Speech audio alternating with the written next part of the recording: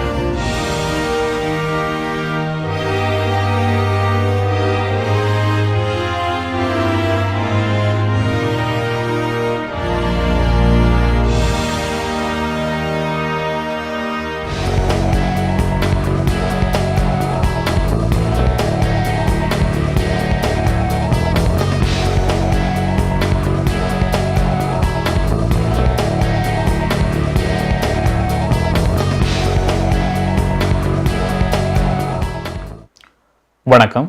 இது good evening Canada. மீண்டும் மற்றொரு குட் ஈவினிங் கனடா நிகழ்ச்சியினூடாக உங்கள் அனைவரையும் சந்திப்பதில் மிக்க மகிழ்ச்சி. இன்றைய நாள் ஏப்ரல் மாதம் 26ஆம் தேதி செவ்வாய்க்கிழமை. இன்றைய குட் ஈவினிங் கனடா நிகழ்ச்சிக்கு அனுசரணை வழங்குபவர் MP accounting and finance service Inc Ariyaran அவர்கள். டொரண்டோவின் தற்போதைய வெப்பநிலை இப்பொழுது 7 செல்சியஸாக இருக்கின்றது. அங்கங்கே மெலிதான மழை தூறல்களை அவதானிக்கக்கூடியதாக இருக்கின்றது. இந்த நேற்றைய நாள், அதாவது வாரத்தின் முதல் நாளும் சரி, இன்றைய நாளும் சரி, பெரிதளவு குளிர் இல்லாட்டியும் கூட அதே நேரம் நல்ல முழுமையான வெப்பம் நிறைந்த நாள் என்றும் சொல்ல முடியாது. எனவே சிங்கிள் டிஜிட்டில் இருந்தாலும் கூட ஒரு மெல்லிய குளிர் காற்றுடன் நாங்கள் உணரக்கூடியதான் இருக்கின்றன. தொடர்ந்து வரும் நாட்களில் இது கூடி குறைவதற்கும் வாய்ப்புகள் இருக்கின்றன. இது பற்றி நாங்கள் விரிவாக இன்றைய வானிலை அறிக்கையில் பார்த்து தெரிந்து கொள்ளலாம். எனவே இன்றைய குட் ஈவினிங் கனடா நிகழ்ச்சியில் நாங்கள் பார்க்க இருக்கின்ற விடயங்களை மேலோட்டமாக பார்த்து விடலாம். அந்த வகையில் முதலாவதாக டாப் ஆஃப் தி அவர் பகுதியில் கனடாவின் அணு ஆயுத குறைப்பு தொடர்பான நாடாளுமன்ற உறுப்பினர்கள் கவலை தெரிவித்திருக்கின்றார்கள். அது பற்றிய விடயங்கள் பற்றி பார்க்க இருக்கின்றோம். மற்றும் கனடிய வளம் பகுதியில் தேசிய சுற்றுச்சூழல் ஆணையாளர் தனது 2022க்கான வசந்த கால அறிக்கையை வெளியிட்டிருக்கின்றார். அது குறித்து பார்க்க இருக்கின்றோம். அதனைத் தொடர்ந்து முக்கியமான பல விடயங்கள் உங்களுக்காக இருக்கின்றது. நேரம் கலையரங்கம் பகுதியில் சிம்மாயி சிவகுமார் வழங்குகின்ற ஒரு கவர் சாங் உங்களுக்காக இருக்கின்றது. மற்றும் வழமை போல கனடிய செய்திகள், நாணய மாற்று வீதம், காலை மற்றும் பல முக்கியமான கனடிய செய்திகள் இன்றைய குட் ஈவினிங் கனடா நிகழ்ச்சியில் உங்களுக்காக காத்திருக்கின்றன. இப்பொழுது நாங்கள் முதலாவதாக டாப் ஆஃப் தி அவர் பகுதிக்குள் நுழைகின்றோம். அந்த வகையில் அணு ஆயுத குறைப்பு தொடர்பான கனடாவுடைய ரெக்கார்ட் குறித்து நாடாளுமன்ற உறுப்பினர்கள் கவலையை தெரிவித்திருக்கின்றார்கள். சுயேட்சை செனட்டர் மாலியோ மேக்பிரைடன் மற்றும் MP ஹீத்தர் மேக்பிரசன் ஆகியோர் அணு ஆயுத குறைப்பு தொடர்பான கனடாவின் சாதனை பதிவு தொடர்பான தங்கள் கவலைகளை குறித்து நாடாளுமன்றத்தில் இன்றைய பத்திரிகையாளர் சந்திப்பின் போது பேசியிருக்கின்றார்கள். அவர்களுடன் NDP MP லின்சே மேத்யூசன் மற்றும் முன்னாள் பாராளுமன்ற உறுப்பினரும் மற்றும் ராஜதந்திரியுமான டக்ளஸ் ரோஷ் அவர்களும் வீடியோ கான்ஃபரன்ஸ் மூலமாக கலந்து கொண்டு தமது வருத்தங்களை தெரிவித்திருந்தார்கள். அதே நேரம் ஜூன் 21 முதல் ஜூன் 23 வரை ஆஸ்திரேலியாவில் நடைபெறும் அணு ஆயுத தடை தொடர்பான ஐநா ஒப்பந்தத்தில் கையொப்பமிட்டவர்களின் வரவிருக்கும் கூட்டத்திற்கு ஒரு பார்வையாளர் குழுவை அனுப்புமாறும் கூட அவர்கள் மத்திய அரசுக்கு அவர்கள் ஒரு வேண்டுகோளையும் விடுத்திருக்கின்றார்கள். எனவே இது குறித்து நாடாளுமன்ற உறுப்பினர்கள் கூறுகின்ற விடயங்களை இப்பொழுது பார்க்கலாம்.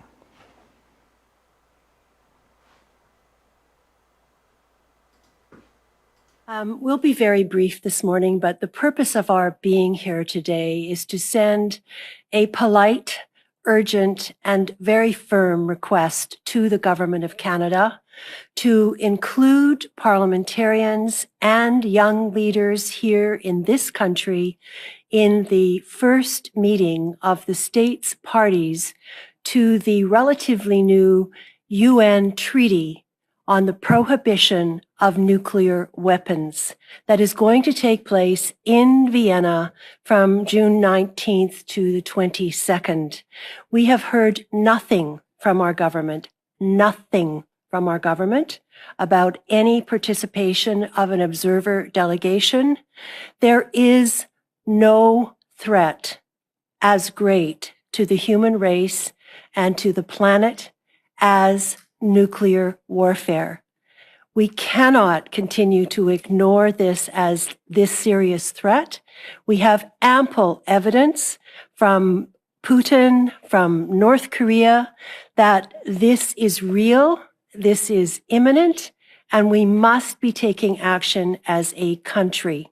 And I'm very honored to be joined today by colleagues from the House of Commons, Member of Parliament Heather McPherson, Member of Parliament Lindsay Matheson, and we may be joined by others if they're able to get away. We know that over 40 senators have signed the pledge of the Nobel laureate ICANN to work towards the abolition and the prohibition of nuclear weapons. We know that as many MPs have done the same thing, and the level of interest, the level of concern is high, is sincere. We are all prepared to participate. We need the government to make this opportunity possible. Thank you. I want to give my full support to Senator McPherson and Member of Parliament Heather McPherson in their efforts to have Canada represented at the first meeting of the states parties to the Treaty on the Prohibition of Nuclear Weapons. This is extremely important. And, when I went into my kitchen this morning for breakfast and turned on the television, the very first headline I saw on TV this morning was "Threat of nuclear war must not be underestimated." This was from Foreign Minister Lavrov of Russia. So once more, in this terrible, this terrible war that we're living through in Ukraine, when these threats and the deaths and the explosions and all the horrible things that are happening, we're being threatened again with the use of nuclear weapons. So people really need to understand that the threat of nuclear weapons use is very real, and we have been plunged into a new world of disorder in which the long taboo on the use of nuclear weapons has been lifted, and this is sowing fear throughout the world and drawing attention to the need to reduce and eliminate nuclear weapons. For some 50 years, the Non-Proliferation Treaty has tried to do that through the legal obligation for states parties to negotiate the elimination of nuclear weapons. They have ignored that.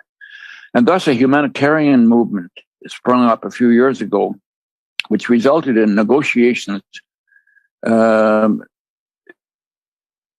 the United Nations for a new treaty on the prohibition of nuclear weapons. And this treaty prohibits the possession of nuclear weapons, not just their use.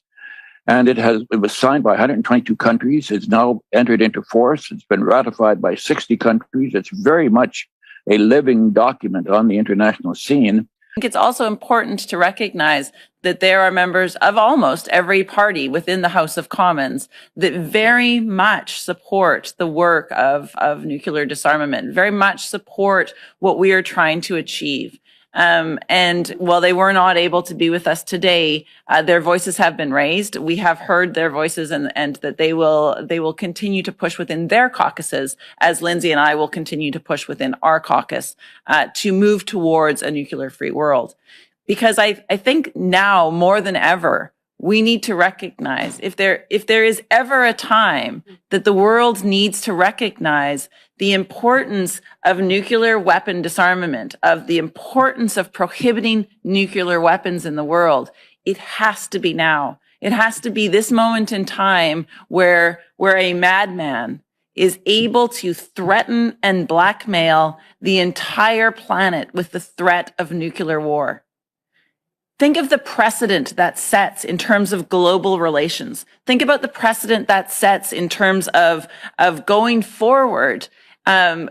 When as a global community, we say that if you have a nuclear weapon, you can kind of do whatever you want. You can kind of get away with whatever you want. That is terrifying. That is a terrifying future that I don't want for my children, that I don't want for any of the children in Ukraine, that I don't want for anyone's children in this world. So we need to do what we can. Canada does have an important role to play, and that role needs to start by engaging in conversations, by being at the table, by being MP Accounting and Finance Services உங்கள் வரி தேவை வியாபார கணக்கு எதுவாயினும் திறமை அனுபவம் தேர்ச்சி பெற்ற கணக்காளர் Ariaran MP Accounting and Finance Services Corporate Tax Personal Tax Planning Accounting Financial Statements Business Plans அனைத்துக்கும் இந்த துறையில் அனுபவம் வாய்ந்தவர் Ariaran Chartered Professional Accountant Scarboroughவிலே Brimley Progress சந்திப்பில் MP Accounting and Finance Services 416-293-1616 அல்லது www.aricpa.ca என்ற இணையத்தில் விவரங்களை பெற்றுக்கொள்ளலாம். Dharshini legal services professional cooperation traffic tickets landlord tenant board தொடர்பான விடயங்கள் எம்ப்ளாய்மெண்ட் லா ஸ்மால் கிளைம்ஸ் போன்ற அனைத்து விடயங்களுக்கும் Dharshini legal services professional cooperation சட்ட துணை நிறுவனம் 416-362-8500 சட்ட ஆலோசனை தேவையாளர்களுக்கு சரியான முறையில் குறைந்த கட்டணத்தில் சிறந்த முறையில் தொழில்முறை சட்ட உதவியை வழங்கும் சட்ட துணை நிறுவனம் Dharshini legal services professional cooperation ஸ்காப்ரோவில் வார்டன் அண்ட் ஷெப்பர்ட் சந்திப்பில் தர்ஷினி லீகல் சர்வீசஸ்.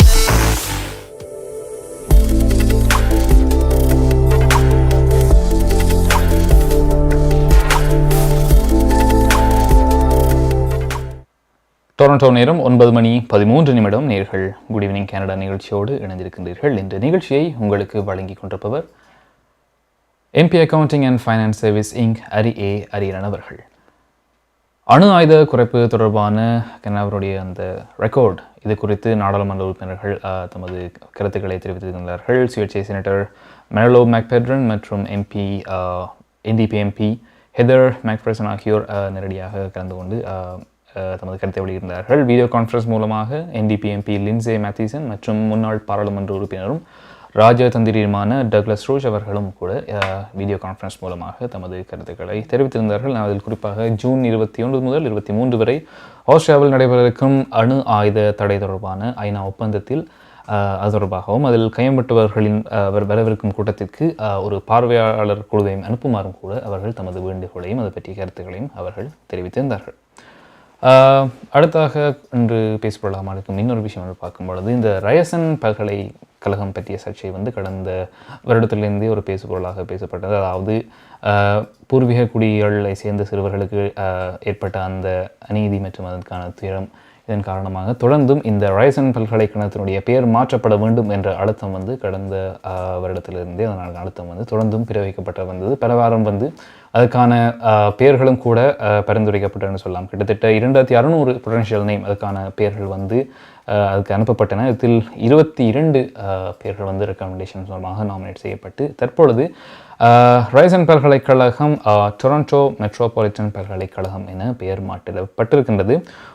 உடனடியாக இது அமலுக்கு வரும் வகையில் இந்த பெயர் மாற்றம் நிகழ்வதாகவும் தெரிகின்றது. எனவேதான் குறிப்பாக கனடாவின் வதிவிட பாடசாலை அமைப்பின் எக்ரிட்டன் ரயசனின் பங்கு குறித்த பல மாத ஆய்வுகளுக்கு பதிலளிக்கும் விதமாக இந்த பெயர் மாற்றம் நிகழ்கின்றது. எனவே பல்கலைக்கழகத்தின் ஆளுநர் குழுக்கள் ஒருமனதாக இந்த பெயரை ஏற்றுக்கொள்வதாகவும் இன்றைய தினம் அறிவித்திருந்தார்கள் என்பதும் குறிப்பிடத்தக்கது. எனவே வெகு விரைவில் ஏற்கனவே மாற்றப்பட்டாலும் எனவே வெகு விரைவில் இது அமலுக்கு வரும். அதாவது இனிமேல் ரயசன் பல்கலைக்கழகம் டொரண்டோ மெட்ரோபாலிட்டன் பல்கலைக்கழகம் யூனிவர்சிட்டி என இன்று அழைக்கப்படும். அடுத்ததாக நாங்கள் குட் ஈவினிங் கனடா நிகழ்ச்சியில் கெனடிய வளம் பகுதிக்குள் நுழைகின்றோம். அதில் தேசிய சுற்றுச்சூழல் ஆணையர் தனது 2022க்கான வசந்த கால அறிக்கையை வெளியிட்டிருந்தார். மத்திய சுற்றுச்சூழல் மற்றும் நிலான வளர்ச்சி ஆணையரான ஜெர்ரி டிமார்கோ தனது சமீபத்திய வசந்தகால அறிக்கைகளை தாக்கல் செய்ததைத் தொடர்ந்து இன்றைய தினம் பார்லிமெண்ட்களில் பத்திரிகையாளர் சந்திப்பின் போது தனது கருத்துக்களை தெரிவித்திருந்தார். இதிலும் குறிப்பாக 5 அறிக்கைகள் இவர்களால் வெளியிடப்பட்டன சொல்லலாம். அதில் அடங்குவன என்று பார்க்கும்பொழுது மத்திய அரசின் கார்பன் விலை நிர்ணயம் மற்றும் ஹைட்ரஜன் உத்திகள், அதோடு குறைந்த கார்பன் பொருளாதாரத்துக்கு மாறுதல் மற்றும் பாதிக்கப்பட்ட தொழிலாளர்களுக்கான ஆதரவு, அதே நேரம் 2050க்குள் ஜீரோ எமிஷன் அடைவதற்கான முயற்சிகள் மற்றும் இந்த கால்நடை மற்றும் தயார் உள்கட்டமைப்பில் முதலீடுகள் ஆகியவையும் இந்த அறிக்கைகளில் அடங்கும் எனவும் தெரிய வைக்கின்றது. எனவே இந்த வசந்தகால 2002க்கான வசந்தகால அறிக்கை குறித்து வளர்ச்சி ஆணையாளர் ஜெர்ரி டிமார்கோ அவர்கள் பேசிய விடயங்களை இப்பொழுது பார்க்கலாம். By auditing these programs at an early stage, our intent is to provide Parliament with useful information that can be used before the clock runs out. We cannot afford a 4th decade of failure on climate action. First, let's turn to carbon pricing, which is led by Environment and Climate Change Canada. As is recognized by the Supreme Court of Canada and many international organizations, effective carbon pollution pricing drives changes in consumer and producer behavior that in turn reduce overall greenhouse gas emissions. Carbon pricing is therefore essential if Canada is to finally succeed in significantly reducing its greenhouse gas emissions. We found that the department had ensured that carbon pricing systems were in place in all provinces and territories.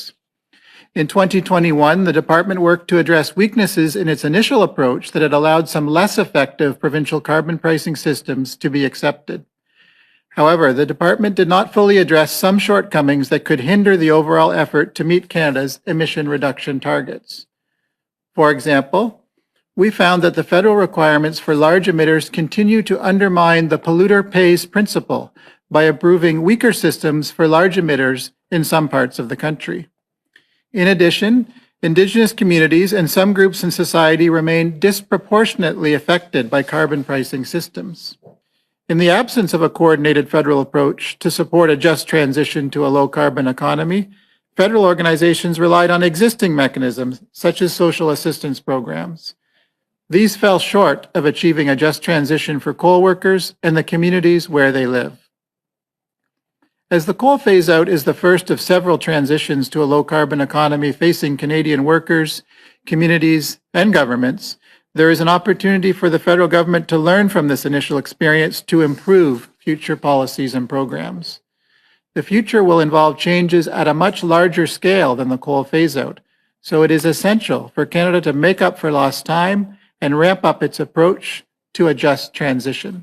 In its transformative scenario, Natural Resources Canada assumed the adoption of aggressive and sometimes non-existent policies along with an ambitious uptake of new technology. In our view, the assumptions in the federal hydrogen strategy are overly optimistic and compromise the credibility of the projected emissions reductions. This is concerning because Canada's greenhouse gas emissions have increased significantly since the United Nations Framework Convention on Climate Change was signed in 1992, making Canada the worst performer of all G7 nations since that time. As I noted in the fall, Canada has consistently failed to meet its climate targets, despite numerous plans and commitments. Going forward, Canada needs realistic goals, credible plans, and most importantly, effective actions. If hydrogen is to be part of Canada's plans to reduce greenhouse gas emissions, then Environment and Climate Change Canada and Natural Resources Canada will need to coordinate their approaches and more effectively model and communicate a pathway for hydrogen. Our 4th report is a snapshot of the Greening Government Strategy, launched by Treasury Board of Canada Secretariat in 2017. Federal government operations are a significant contributor to Canada's total emissions of greenhouse gases.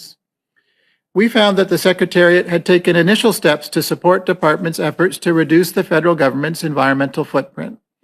However, 5 years into the strategy, efforts to reduce emissions are not as complete as they could be. This is important given Canada's publicly stated commitment to reach net zero emissions by 2050 and to be a national and global leader in transitioning to carbon neutral government operations. At the time of our audit, 8 of 27 departments had created reduction plans covering 81% of departmental emissions. We looked at national defense, the largest emitter in government, and found that there was no clear information about how the department's efforts were contributing to the overall reduction target. The audit found that some important information on greening government was hard to find, unclear, or incomplete. There was also a lack of detail on costs and savings. And in addition, the emissions of Crown corporations were not part of the strategy. Overall, this lack of information makes it difficult for decision makers, Parliament, and Canadians to track whether the government will meet its 2050 target and whether Canada is actually being the global leader in greening government that it has set out to be. We are moving ever closer to some critical deadlines that the government has set for itself. I trust the findings and recommendations that I have brought forward today will help the government improve its performance in these areas of critical importance. மார்க்கம் நகரில் உங்கள் அனைத்து தங்க நகை தேவைகளுக்கும் IP gold and silver house நவீன design தங்க ஆபரணங்களை குறைந்த விலையில் பெற்றுக் கொள்ளவும், உங்கள் பழைய நகைகளை கொடுத்து புதுப்பித்துக் கொள்ளவும் IP gold and silver house. உங்கள் நகைகள் எந்த தரத்தில் உள்ளது என்று இன்றே பரிசோதித்து அறிந்து கொள்ளுங்கள். தங்கம், வெள்ளி, டைமண்ட் என அனைத்தையும் பெற்றிட தரமான நிறுவனம் IP gold and silver house. Markham and Steeles சந்திப்புக்கு அருகில் இன்றே அழையுங்கள். நகை வாங்க நல்ல நேரம். IP gold and silver house. NKS drapery and blinds உங்கள் இல்லங்களை அழகாக்கவும் பாதுகாக்கவும் custom made draperies, blinds, shutters, shades என அனைத்தையும் ஒரே இடத்தில் பெற்றுக் கொள்ளலாம். NKS drapery and blinds. தரமான நிறுவனங்களின் நிறைவான சேவை.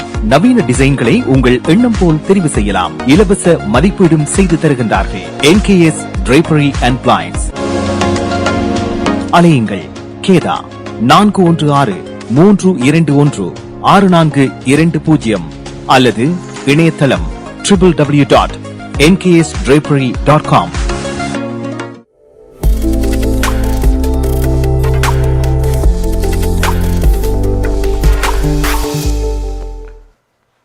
டொரண்டோ நேரம் 9:23 நேர்கள் குட் ஈவினிங் கனடா நிகழ்ச்சியோடு இணைந்திருக்கிறீர்கள். இன்றைய நிகழ்ச்சியை உங்களுக்கு வழங்கிக் கொண்டிருப்பவர் MP accounting and finance service ink Hariharan அவர்கள். சுற்றுச்சூழல் ஆணையாளர் ஜெரி டிமோகோ அவர்கள் தமது சமீபத்திய வசந்தகால அறிக்கைகள் பற்றிய விடயங்களை பற்றி குறிப்பிட்டிருந்தார். அதிலும் அவரது அறிக்கையில் குறிப்பிட்டு சொல்லக்கூடிய விஷயங்கள் பார்க்கும்பொழுது மத்திய அரசின் கார்பன் விலை நிர்ணயம் மற்றும் ஹைட்ரஜன் உத்திகள், கார்பன் பொருளாதாரத்துக்கு ஏற்படக்கூடிய மாற்றங்கள் மற்றும் பாதிக்கப்பட்ட தொழிலாளர்களுக்கான ஆதரவு மற்றும் 2050க்குள் நெட் ஜீரோ எமிஷன் அடைவதற்கான முயற்சிகள், அத்தோடு கால்நடை மற்றும் தயார் உட்கட்டமைப்பில் முதலீடுகள் ஆகியவையும் இந்த அறிக்கையில் அடங்குவதாக அவர் தனது அறிக்கையில் குறிப்பிட்டு கூறியிருந்தார். அடுத்ததாக நாங்கள் பார்க்க இருப்பது நாணய மாற்று வீதம். எனவே இலங்கையை பொறுத்த வரைக்கும் 285 ரூபாய் செல்கின்றது, இந்தியாவை பொறுத்த வரைக்கும் 61 ரூபாய் செல்கின்றது டாலர் அடிப்படையில். எனவே கொலம்பியா மணி டிரான்ஸ்ஃபர் வழங்குகின்ற நாணய மாற்று வீதம் இப்பொழுது பார்க்கலாம். கொலம்பியா மணி டிரான்ஸ்ஃபர் ஆதரவில் ஏப்ரல் மாதம் 26ஆம் தேதி நாணய மாற்று விகிதம்: இலங்கை 885 இலங்கை ரூபா, இந்தியா 61 இந்திய ரூபா, அமெரிக்கா 0.78 டாலர், ஐரோப்பா 0.73 யூரோ, சுவிட்சர்லாந்து 0.75 சுவிஸ் பிராங்க், பிரித்தானியா 0.62 pounds, Australia 1.09 dollar, Singapore 1.08 Singapore dollar. Colombia money transfer ஆதரவில் நாணய மாற்று விகிதம். கனடா பிராம்ப்டனில் இருக்கும் பெரிய தமிழர் நிறுவனம் கொலம்பியா. வெட்டிங் இன்விடேஷன் முதல் அனைத்து பிரிண்டிங் தேவைகளுக்கும் கொலம்பியா பிரிண்டிங். நீங்கள் அனுப்பும் பணம் உலகின் எந்த நாடுகளுக்கும் நம்பிக்கையோடு கிடைத்திட கொலம்பியா மணி டிரான்ஸ்ஃபர். திரைப்படங்கள், பாடல்கள், MP3 என அனைத்தும் உடனுக்குடன் பெற்றிட கொலம்பியா வீடியோ. சொன்னா இது ஒரு குட்டி மால் மாதிரி.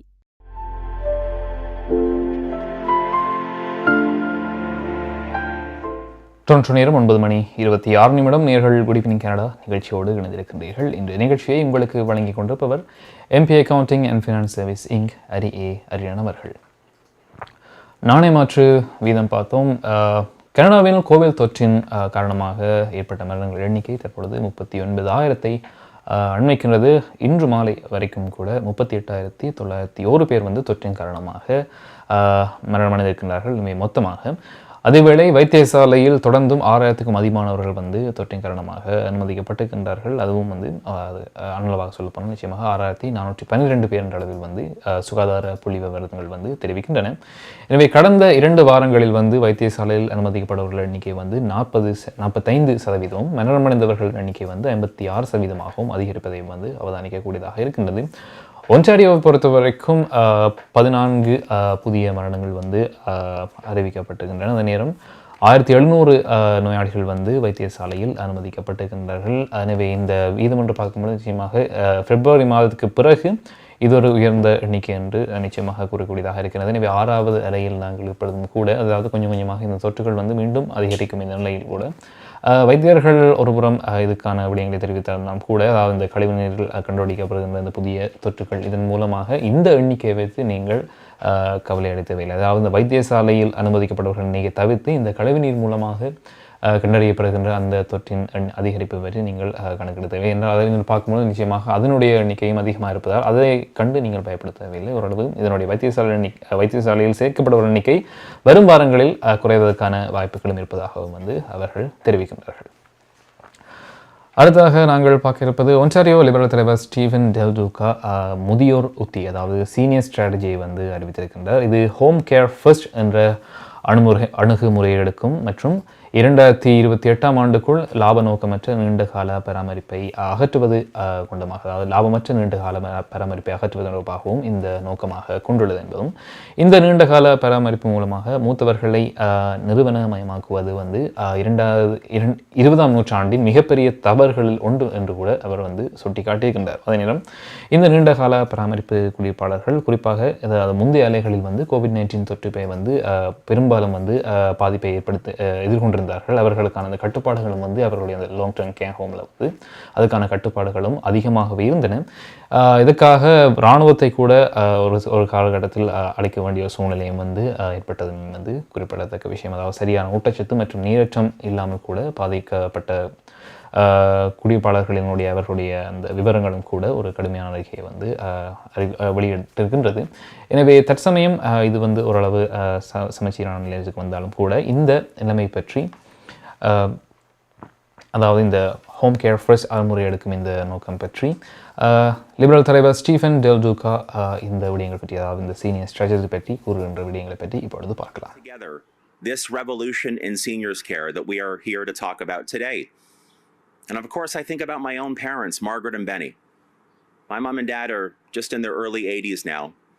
And I think about the challenges that they have. Like many seniors in this province, getting just a little bit older, like Judy and Cliff, having some challenges around health. But they are also people who are strong and resilient. And like Judy and Cliff, my parents live in their own home. And like most seniors in this province, better than 90% of Ontario's seniors, they want to stay in their own home. They want to live in a comfortable setting. They want to have safety. They want to have good health. And above all else, they want to have the dignity for life that they've earned. And I know Jonathan feels so strongly about this as well, because I know he's been close to his grandparents. When I look at what's taken place over the last 2 years in particular during COVID, about how our parents and grandparents were literally left to their own devices, left to fend for themselves, as the Ford Conservatives repeatedly took steps to make it tougher for them, to not have their back, to not support them. And then I look at what we've seen over the last number of weeks as Doug Ford and his team are so determined to spend no time governing and all of their time campaigning. And we see day after day after day, announcement after announcement about additional long-term care homes, institutions, warehousing of our seniors. And they talk amongst themselves and they talk to the public like this is somehow a real solution, an acceptable solution for our parents and grandparents. Well, I'm here today on behalf of the Ontario Liberal Party to say it's not. It has to end. And we as a party, we as a people in this province, we will end this approach to dealing with seniors. We will change it. We will lead a revolution in seniors care in this province that truly puts what seniors want, what seniors deserve, at the center of all of our decision making. Now, I think back, some of you here today will know that I like history. And I think back to some of the really brutal decisions that have been made collectively throughout the 20th century. I think about the fact that, and you know this, there was a time in this province when we burned coal for our electricity. We think about the horrific way that we have treated Indigenous peoples. And I think about the way that we have chosen collectively in this province to warehouse and institutionalize our seniors instead of giving them what they need. Progress is not supposed to end. Progress is not supposed to stop. We must always strive for ways to do things better and to learn the hard lessons of the mistakes that have been made collectively by us. And I just pointed out some of the examples of these mistakes. The Ontario Liberal plan to revolutionize senior care is something that will truly break ground in a good way. You know, a second ago when I talked about the way the Ford Conservatives are behaving lately, in that self-congratulatory, gimmicky way, where they're talking about all of the new warehouses that they want to build for seniors, all of the support that they want to provide to the for-profit long-term care industry, where we know, we've learned during this pandemic in particular, where profit is advanced ahead of people, where shareholder value is the focus rather than care for our parents and grandparents. I often wonder as I watch Doug Ford talk, always talk a good game but never deliver the goods. I always wonder, has he ever spoken with a senior? Has he ever sat down with someone like Judy or Cliff or my mom or dad and asked them what they really want? Does anybody watching today actually believe that seniors want to be stacked up like cordwood in warehouses or institutions? I don't. The seniors that I talk to don't. And that's why the Ontario Liberal plan to revolutionize senior care will move forward and make the investments and the effort necessary to make sure that Judy and Cliff and Margaret and Benny and all of Ontario's nearly 2.5 million seniors have the support that they need. So they are safe and they are healthy and they have the dignity that they've earned, the dignity that they deserve. COVID-19 பரிசோதனை மையம். COVID-19 பரிசோதனை மையத்திற்கு யார் செல்ல வேண்டும்? உங்களுக்கு COVID-19 இருப்பது தெரிந்தாலோ அல்லது சந்தேகப்பட்டாலோ மருத்துவ மதிப்பீட்டை பதிவு செய்ய வேண்டும். 105 கிப்சன் சென்டரில் ஒவ்வொரு புதன்கிழமைகளில் காலை 10 மணி முதல் மாலை 2:30 மணி வரையும், cafes one stop multi service சென்டரில் ஒவ்வொரு வியாழக்கிழமைகளில் காலை 9:30 மணி முதல் மாலை 2:30 மணி வரையும் மருத்துவ ஆலோசனையும் கிடைக்கப்பெறும். மேலும் தகவலுக்கு 4166465108 என்ற இலக்கத்துக்கு அழையுங்கள் அல்லது www.cafesontario.ca என்ற இணையதளத்தை பார்வையிடவும். கோவிட்-19 பரிசோதனை.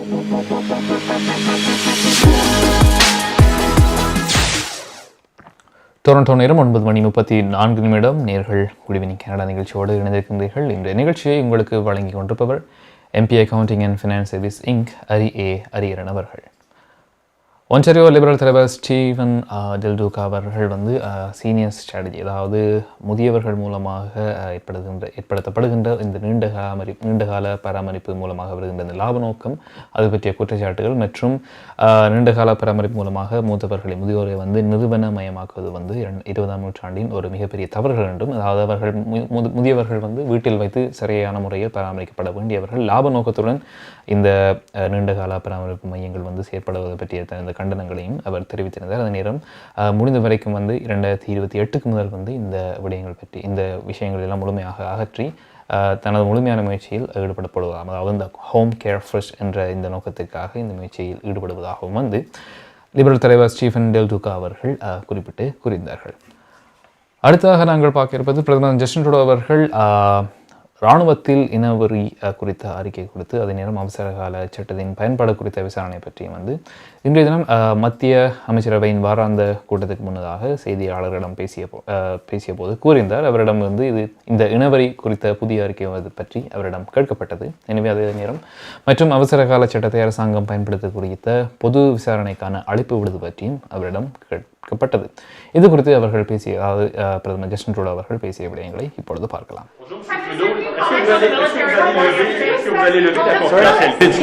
The military report yesterday that said that there have been hundreds of recommendations, many of them have been shelved, discarded, related to changing discrimination in the military. I think we know that over the years, over the past decades, there has been not nearly enough done to counter discrimination, to counter toxic work environment, not enough work done to change the culture in the military. We have taken significant strides over the past number of years, particularly over the past year. But there's always more to do, and we're going to keep working on that. Sur les mesures d'urgence, est-ce que vous êtes ouvert à lever la confidentialité du cabinet si le juge que vous avez choisi vous le demande? Mais ça, c'est un enjeu qu'on va toujours regarder à chaque étape. Je pense que c'est important qu'un gouvernement puisse délibérer de façon complète sans avoir des préoccupations de confidentialité, mais c'est aussi important d'avoir toute la vérité sortir. On va évaluer selon la situation. On veut que les gens soient rassurés qu'on a pris les bonnes décisions de la bonne façon, pas juste pour cette situation-ci, mais pour des situations dans les années à venir. Maya's furniture வழங்கும் இந்த வருடத்தின் அதிரடி மலிவு விற்பனை. உங்கள் வீட்டுக்கான அனைத்து தளபாடங்களும் மிக மிக மலிவு விலையில். ஒரே இடத்தில் அனைத்து தளபாடங்களும் மலிவு விலையில், புத்தம் புதிய டிசைன்களில். Bedroom set, dining room set, living room furniture. இவை தவிர மலேசியா, இத்தாலி, சைனா, இந்தோனேஷியா போன்ற நாடுகளில் இருந்து தெரிவிக்கப்பட்ட நவீன டிசைன், உறுதியான கனதியான தளபாடங்கள் உங்கள் இல்லங்களுக்கு இலவச விநியோகம் செய்கின்றார்கள். ஸ்காப்ரோவில் கனடியன் பின் சந்திப்பில் மாயாஸ் பர்னிச்சர் வழங்கும் அதிரடி மலிவு விற்பனை. 416-669-1214 www.mayasfurniture.ca.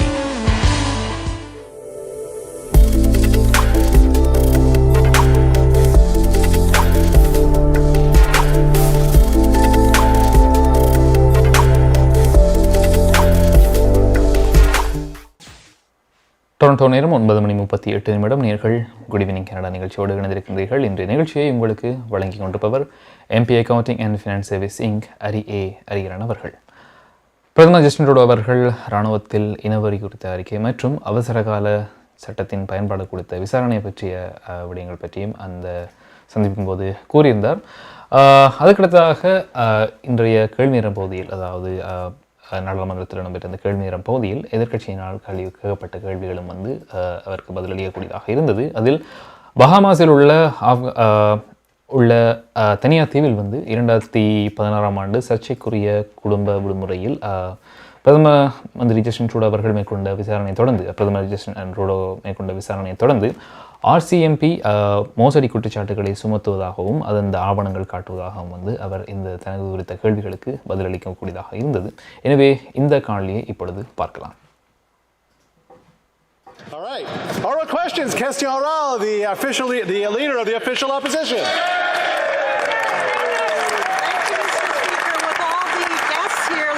We get some answers in question period.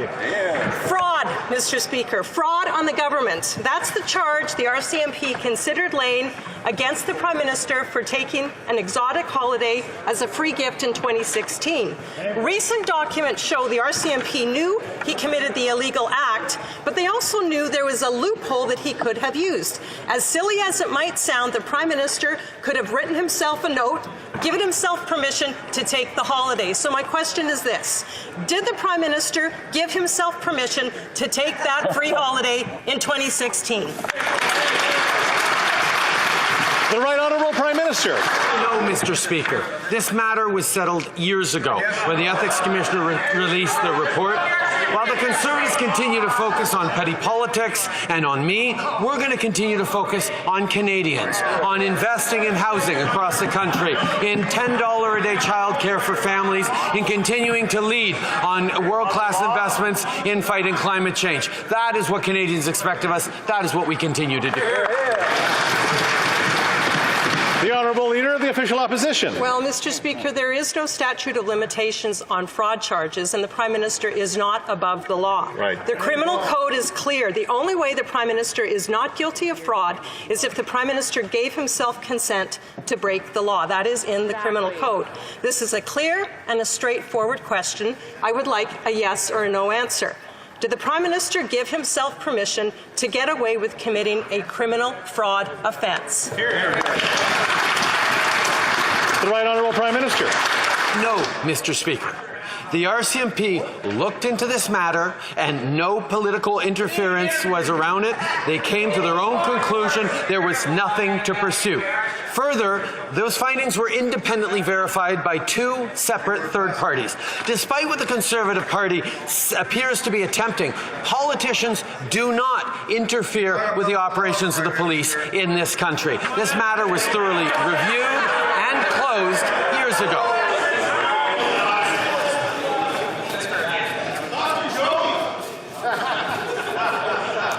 All right. We're going to try to keep so we can hear. We do have people in the galleries today that are watching this as well. So, the Honourable Leader of the Official Opposition. Mr. Speaker, new documents revealed that the RCMP knew that the Prime Minister took the holiday, that it was illegal, that he did it. The RCMP knew it. There was no question of that. The only question the RCMP had, according to their own documents, was whether he gave himself permission to do that. The Prime Minister just said he didn't. Is he willing to meet with the RCMP now, give them that information, and they can proceed as they see fit? Yes or no? The Right Honourable Prime Minister. The RCMP addressed the matters raised by the Conservatives years ago. The members opposite know very well this is the case, but the Conservative Party seems to have difficulty understanding that in a strong democratic country, neither opposition politicians nor a government can tell the police what to investigate, what not to investigate. The RCMP do their job. Why doesn't the Conservative Party believe the RCMP? உங்கள் குடும்பத்துக்கான பாதுகாப்பு காப்புறுதி. உங்கள் வருமானத்துக்கேற்ப குறைந்த விலையில் அனைத்து காப்புறுதிகளையும் பெற்றுக் கொள்ளலாம்.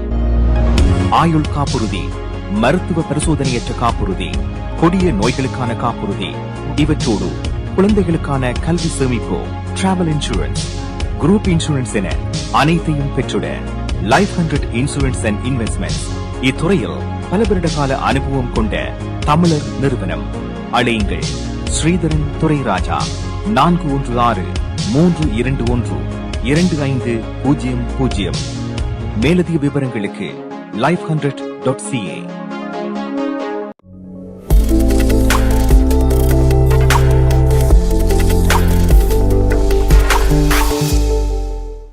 Toronto நேரம் 9:44 நேர்கள் குடிமினி கனடா நிகழ்ச்சியோடு இணைந்திருக்கின்றீர்கள். இந்த நிகழ்ச்சியை உங்களுக்கு வழங்கிக் கொண்டிருப்பவர் MP accounting and finance service ink Hariharan அவர்கள். பஹாமாஸில் உள்ள தனியார் தீவில் 2016ஆம் ஆண்டு சர்ச்சைக்குரிய குடும்ப விடுமுறையில் பிரதமர் ஜஸ்டின் ட்ரூடோ அவர்கள் மேற்கொண்ட அதற்கு தொடர்பாக அவர் மீது சுமத்தப்பட்ட அந்த குற்றம் காரணமாக தொடர்ந்து விசாரணை தொடர்ந்து RCMP மோசடி குற்றச்சாட்டுகளை சுமத்துவதாகவும் ஜஸ்டின் ட்ரூடோ தன் பங்குக்கு எதிர்க்கட்சித் தலைவர் கேண்டிஸ் பெர்கன் அவர்களால் கேட்கப்பட்ட கேள்விகளுக்கு தனது பதிலையும் வழங்கியிருந்தார்.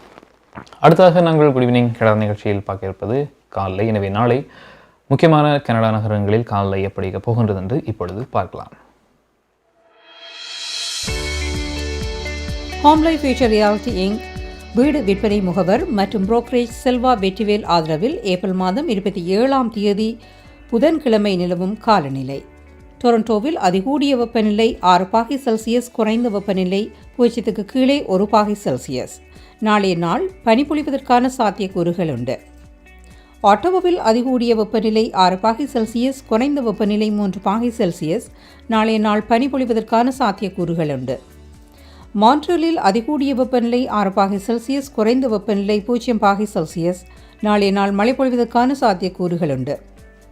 கல்கரியில் அதிகூடிய வெப்பநிலை 13 பாகை செல்சியஸ், குறைந்த வெப்பநிலை 0 பாகை செல்சியஸ். நாளைய நாள் சூரிய ஒளி நிறைந்து காணப்படும். வான்கூவரில் அதிகூடிய வெப்பநிலை 12 பாகை செல்சியஸ், குறைந்த வெப்பநிலை 3 பாகை செல்சியஸ். நாளைய நாள் மழை பொழிவதற்கான சாத்தியக்கூறுகள் உண்டு. ஹோம் லைஃப் ஃபியூச்சர் ரியாலிட்டிங் வீடு விற்பனை முகவர் மற்றும் புரோக்கரேஜ் செல்வா வெற்றிவேல் ஆதரவில் ஏப்ரல் மாதம் 27ஆம் தேதி புதன்கிழமை நிலவும் காலநிலை.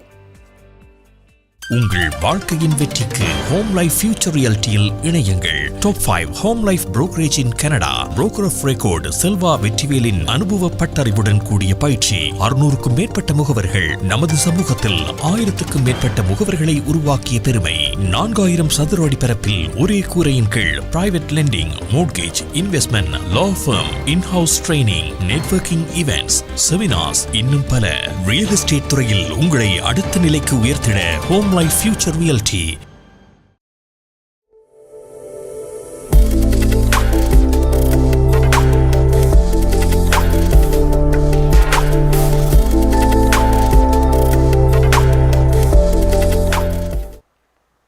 டொரண்டோ நேரம் 9:46 நேர்கள் குட் ஈவினிங் கனடா நிகழ்ச்சியோடு இணைந்திருக்கின்றீர்கள். இந்த நிகழ்ச்சியை உங்களுக்கு வழங்கிக் கொண்டிருப்பவர் MP accounting and finance service ink Hariharan அவர்கள்.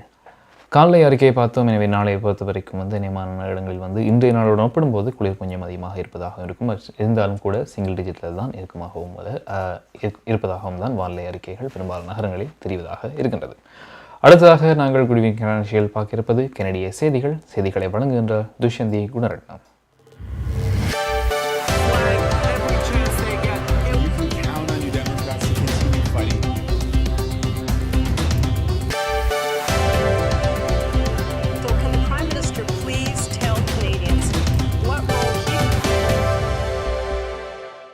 வணக்கம். இன்று ஏப்ரல் மாதம் 26ஆம் தேதி செவ்வாய்க்கிழமை. MP accounting and finance service ink Hariharan ஆதரவில் goodevningcanada.com தேசியம்நேஷன்.com ஆகிய இணையதளங்களில் இன்றைய கனேடிய செய்திகள். செய்தி தொகுப்பு தேசியம் சஞ்சிகை குழுமம். வதிவிட பாடசாலைகளில் கனடாவின் பங்கு குறித்து விசாரிக்க ஐக்கிய நாடுகள் சபையிடம் கோரப்பட்டுள்ளது.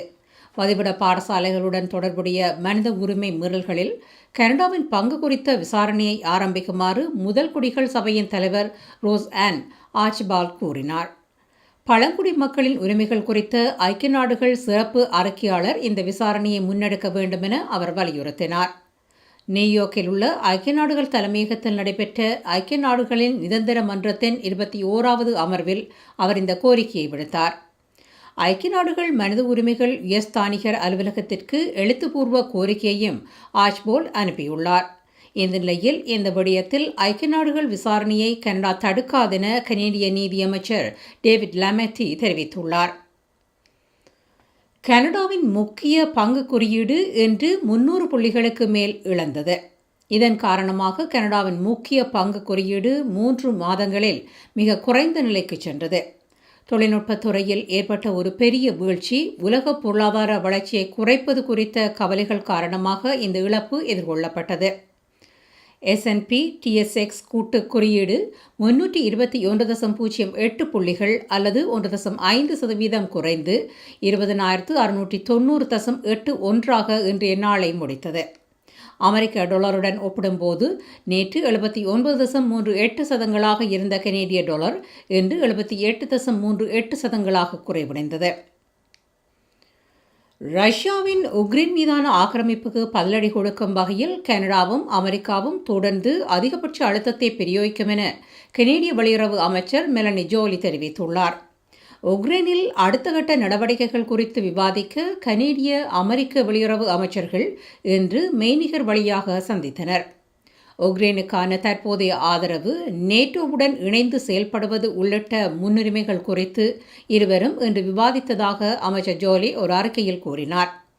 உக்ரைன் குறித்து இந்த வாரத்தின் பிற்பகுதியில் பாதுகாப்பு அமைச்சர் அனிதா ஆனந்த் பென்டகனில் அமெரிக்க பாதுகாப்பு செயலர் லாய்ட் ஆஸ்டினுடன் நேற்று சந்தித்து பேசினார். பாதுகாப்பு அமைச்சராக அமெரிக்க தலைநகருக்கு ஆனந்த் மேற்கொள்ளும் முதலாவது அதிகாரப்பூர்வ பயணம் இதுவாகும். ராயசன் பல்கலைக்கழகம் டொரண்டோ மெட்ரோபாலிட்டன் பல்கலைக்கழகம் என மறுபெயரிடப்பட்டுள்ளது. உடனடியாக அமலுக்கு வரும் வகையில் இந்த பெயர் மாற்றம் நிகழ்கிறது. கனடாவின் வதிவிட பாடசாலை அமைப்பில் எகர்டன் ரயசனின் பங்கு குறித்த பல மாத ஆய்வுக்கு பதிலளிக்கும் விதமாக இந்த பெயர் மாற்றம் நிகழ்கிறது. பல்கலைக்கழகத்தின் ஆளுநர்கள் குழு ஒருமனதாக இந்த புதிய பெயரை ஏற்றுக்கொள்ள இன்று வாக்களித்தது. கனடாவில் கோவிட் தொற்றின் காரணமாக ஏற்பட்ட மரணங்களின் எண்ணிக்கை 39,000 அண்மிக்கிறது. இன்று மாலை 6 மணி வரை 38,901 பேர் தொற்றின் காரணமாக மரணமடைந்துள்ளனர். அதேவேளை வைத்தியசாலையில் தொடர்ந்தும் 6,000க்கும் அதிகமானவர்கள் தொற்றின் காரணமாக அனுமதிக்கப்பட்டுள்ளனர். இன்று மாலை 6 மணி வரை 6,412 பேர் வைத்தியசாலையில் அனுமதிக்கப்பட்டுள்ளதாக சுகாதார புள்ளி விவரங்கள் தெரிவிக்கின்றன. கடந்த 14 நாட்களில் வைத்தியசாலையில் அனுமதிக்கப்பட்டுள்ளவர்களின் எண்ணிக்கை 45%, மரணமடைந்தவர்களின் எண்ணிக்கை 56% அதிகரித்துள்ளது. MP Accounting and Finance Service Inc. Hariharan ஆதரவிலான இன்றைய கனேடிய செய்திகள் நிறைவு பெறுகின்றன. நமது செய்தி தொகுப்பு வார நாட்களில் இரவு யூடியூப் சேனலில் பதிவேற்றப்படும். மீண்டும் நாளை சந்திக்கலாம். நன்றி, வணக்கம். MP Accounting and Finance Services உங்கள் வரி தேவை, வியாபார கணக்கு எதுவாயினும் திறமை, அனுபவம், தேர்ச்சி பெற்ற கணக்காளர் Ariaran. MP Accounting and Finance Services, Corporate Tax, Personal Tax Planning, Accounting, Financial Statements, Business Plans அனைத்துக்கும் இந்த துறையில் அனுபவம் வாய்ந்தவர் Ariaran. Chartered Professional Accountant, Scarboroughவிலே Brimley Progress சந்திப்பில் MP Accounting and Finance Services 416-293-1616 அல்லது www.aricpa.ca என்ற இணையத்தில் விவரங்களை பெற்றுக் கொள்ளலாம். உங்கள் கை தொலைபேசிகளில் தமிழில் கனேடிய செய்திகள், கனேடிய தகவல்களை அறிந்து கொள்ள GEC தமிழ் ஆப் உதவுகிறது. உடனே GEC தமிழ் டிவி ஆப்பினை டவுன்லோட் செய்யுங்கள். ஆண்ட்ராய்டு, iOS ஆகிய தளங்களில் இப்பொழுது நீங்கள் டவுன்லோட் செய்து கொள்ளலாம். கனடா நாட்டின் செய்திகள், தகவல்கள் தினமும் அறிந்து கொள்வதோடு உங்கள் விளம்பரங்களும் பல நூற்றுக்கணக்கான பார்வையாளர்களை சென்றடைய GEC தமிழ் டிவி.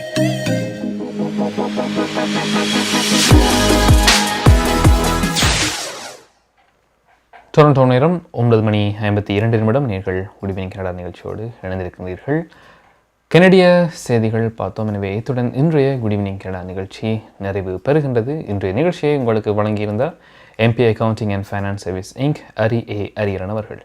எனவே எமது குடிவினிங் கனடா நிகழ்ச்சியை நீங்கள் வார நாட்களில் திங்கள் முதல் வெள்ளி வரை இரவு 9 மணியிலிருந்து 10 மணி வரை IPTV live, Facebook live, YouTube live மற்றும் உங்கள் GEC தமிழ் ஆப்பினோடாகவும் நீங்கள் பார்க்கக்கூடியதாக இருக்கும். எனவே நாளை மீண்டும் மற்றொரு நிகழ்ச்சியுடன் நீங்கள் இணைந்து கொள்ளலாம். இப்பொழுது விடை பெற்று செல்லும் நான் JP என்கின்ற ஜெயபிரகாஷ். நன்றி நேயர்களே.